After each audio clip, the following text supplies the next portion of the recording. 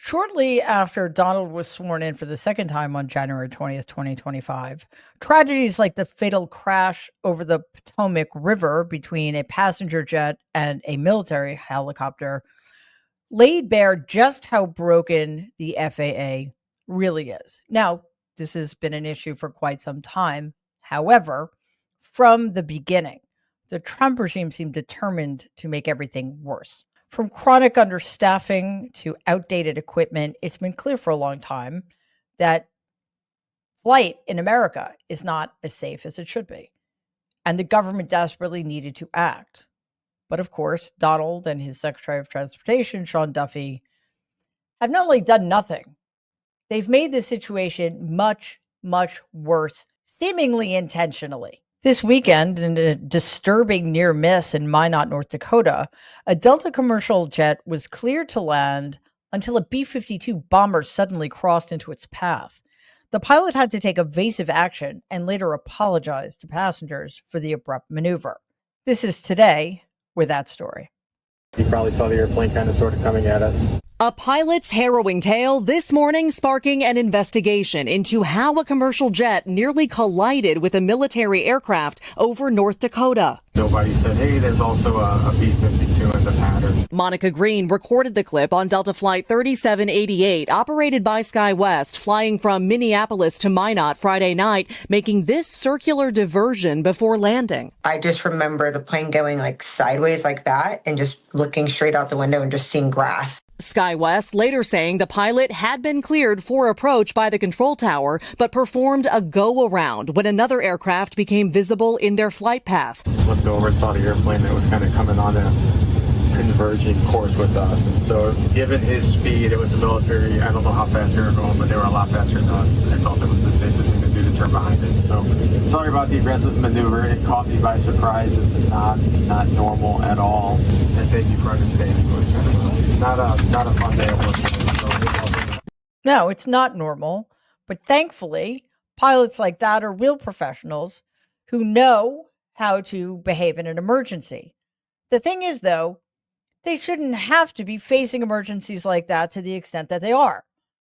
We keep hearing stories just like this that are getting increasingly frequent and serious ever since Donald came back into office and under his so-called leadership.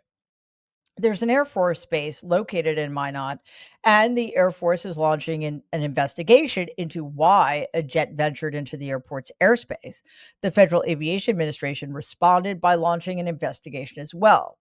It is highly unusual for military aircraft to venture into airport spaces, and yet, since Donald and the fools who serve him came into power, this kind of thing keeps happening.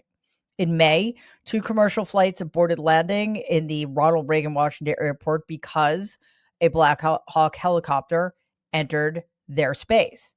And as we mentioned earlier, in January at the same airport, a military helicopter entered commercial space and collided with a commercial jet, killing all 67 people aboard both vessels. The responsibility for dealing with and, in fact, avoiding such catastrophic failures lands with Secretary of Defense Pete Hegseth and Secretary of Transportation Sean Duffy. Instead of coordinating their efforts after we have dealt with multiple deadly incidents and many other near misses, both of them have gone on television to blame each other. Here's Sean Duffy back in May on Laura Ingraham's Fox program. The question becomes, who are the VIPs? Is it a 2-star, 3-star general? There's a lot of traffic going into the Pentagon. The top brass at the White House, they take a Suburban or a Tesla or they take their own car. Who do these generals think they are that they have to take helicopters to go to meetings or go to air? I don't know who it was. We should find out. And well, the DOD who do we ask? I mean, you're the Transportation Secretary. How do you not know? The FAA doesn't know. We asked the DOD. The DOD has promised radical transparency. They should tell us who is qualified to take a helicopter out of the Pentagon. I don't know, but they have to tell us. Well, could you just call up Hegseth? Well, I should actually. Why don't Let's call him right now. Oh, yeah. Let's get Laura Ingraham to call up Pete Hegseth, the Secretary of Defense, because that's how any of this is supposed to work. This is what happens when you put a bunch of incompetent know-nothings in charge of this country's most important agencies. This is what happens when you put a bunch of deeply unintelligent, immature people in charge of keeping America safe. They have no interest in communicating with each other. Nothing gets better, and American lives continue to be endangered. Meanwhile, another major transportation failure was playing out over this past weekend. Alaska Airlines grounded all of its flights due to an IT meltdown. Passengers were stranded for hours. Some were stuck on tarmacs with no information. Others were unable to get their luggage. As of this recording, the FAA hasn't responded to media inquiries. The issue was resolved by Monday morning, but delays and backlogs are still expected. And last week, a Delta flight out of LAX caught fire right after takeoff. Yes, its engines caught on fire. A live stream from the LA Flight's YouTube channel captured the terrifying ordeal. Take a look. Oh, look at that! Whoa! Was that a compressor stall? What's going on? Whoa! Whoa, whoa, hang on. That's not good. That's not good, guys. I'm turning up ATC, I don't hear anything. Whoa! No, that is definitely not good. What is good is that thankfully the aircraft landed safely. The FAA has opened an investigation, but with people like Duffy in charge, I'm not entirely sure if we're actually going to get to the bottom of anything. So after all of this, Sean Duffy and other leaders in the Trump regime are finally going to get serious about fixing the problems, right? Right? Not exactly. Before we go on to more of the failures that have a daily impact on Americans, especially those of us who fly, remember, we here at Mary Trump Media are not corporate media. We dig deep every day in order to expose the ways in which the Trump regime puts your safety at risk. Independent media survives because of you, so please like and share this video. And if you believe in our mission, subscribe to our channel. Air travel is not just becoming less safe than it had been prior to January 20th, 2025. It's becoming economically destructive, thanks in part to the Trump regime's incompetence. Over the weekend, it was announced that the Department of Transportation was imposing new restrictions on flights from Mexico and threatened to kill a nearly decade-long partnership between Delta and Aeromexico. Why? Well, this is retaliation against Mexico for passenger and cargo flight restrictions that were introduced years ago, well before Donald returned to office. Transportation Secretary Sean Duffy claims those restrictions violated a U.S.-Mexico trade agreement, giving Mexican airlines an unfair advantage. The Hill reports that every single Mexican airline, passenger, cargo, and charter, must now submit their flight schedules to the Transportation Department and get government approval until Duffy says otherwise. So, in other words, whenever Duffy feels like it, which will probably be never.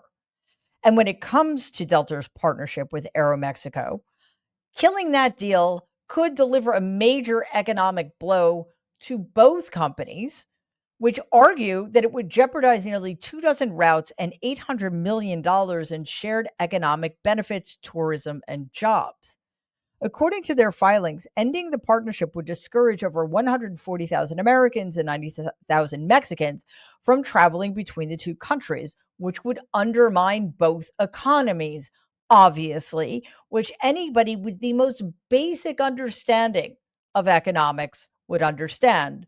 But as we know to our chagrin, Donald is not one of those people, and he is going to go ahead with this destructive new policy anyway.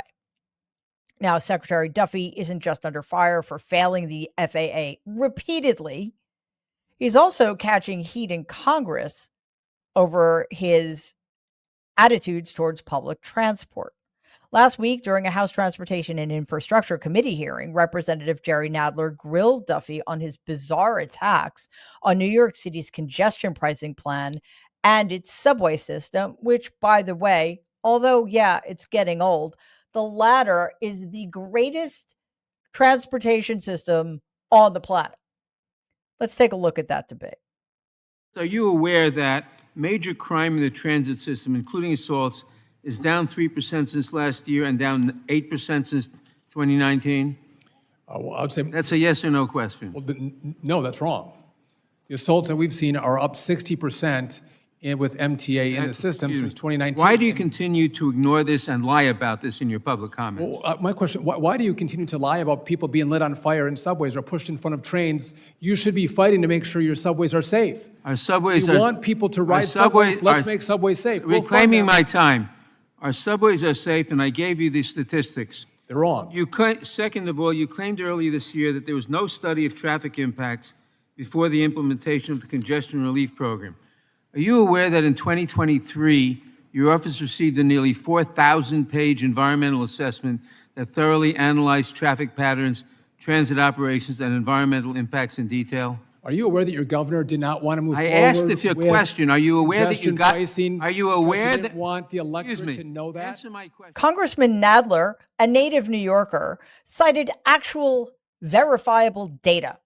He quoted from agency reports and economic impact assessments. But Sean Duffy isn't interested in any of that because these facts contradict his preferred narrative, which just so happens to be the narrative of his boss.